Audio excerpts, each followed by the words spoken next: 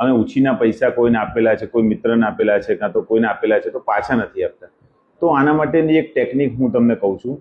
તમે કોઈ પણ મિત્રને કે કોઈને પણ ઉછીના પૈસા આપેલા હોય તો તમે સૌથી પહેલાં એને વોટ્સઅપ કરો, મેસેજ કરો, કાં તો કોલ કરો, કાં તો એનું વિડીયો રેકોર્ડિંગ કરી લો. વોટ્સઅપ કરો, મેં તને આટલા પૈસા આપ્યા છે, આ સાલમાં આ તારીખમાં આપ્યા છે, તું મને ક્યારે પાછો આપીશ. પછી એવું કે છે હા હું તને 1 દિવસ, 10 દિવસ કે 1 મહિનામાં દઈ દઈશ. તો તમે એ બધું રેકોર્ડિંગ કરી લો.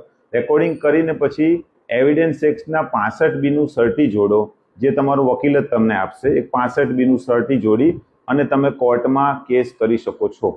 જ્યારે પણ કોર્ટ માગશે તો તમારે એના ઓરિજિનલ દસ્તાવેજ, ઓરિજિનલ જે પણ વોટ્સઅપ છે, વિડીયો છે, એ તમામ કોર્ટને આપવું પડશે. 65B એ હોય છે કે ભાઈ જે મારી જોડે ઓરિજિનલ છે એની હું ફર્સ્ટ કોપી રજૂ કરું છું.